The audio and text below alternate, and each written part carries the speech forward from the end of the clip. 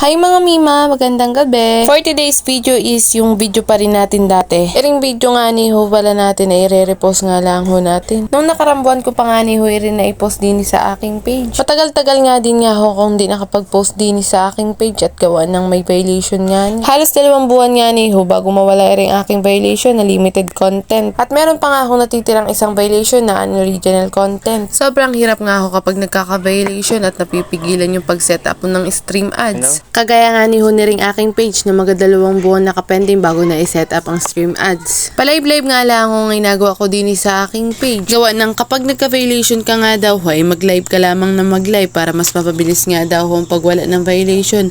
Marami nga akong content creator ang nagasabi noon ay parang hindi naman totoo. Charot! May nakapagsabi nga ako sa amin na may time ho talagang pag-alis ng violation. Mga 2 buwan o hanggang 3 buwan nga daw ho. Effective naman nga ho ang sinabi niya sa aking page kaso nga lang ho sa aking main account ay mag-1 taon na nga ho hindi pa rin nawawala. Ba't naman nga ho sa page ng aking asawa ay wala naman ho siyang inagawa dun kahit live or di kaya report. Sa loob nga ho ng 1 buwan at ilang linggo ay nawala nga ho agad ang kanyang violation na unahan pa nga ho ang aking account. Pagpasensyahan nyo na nga ho ang aking boses at ako nga ho ay nasipon.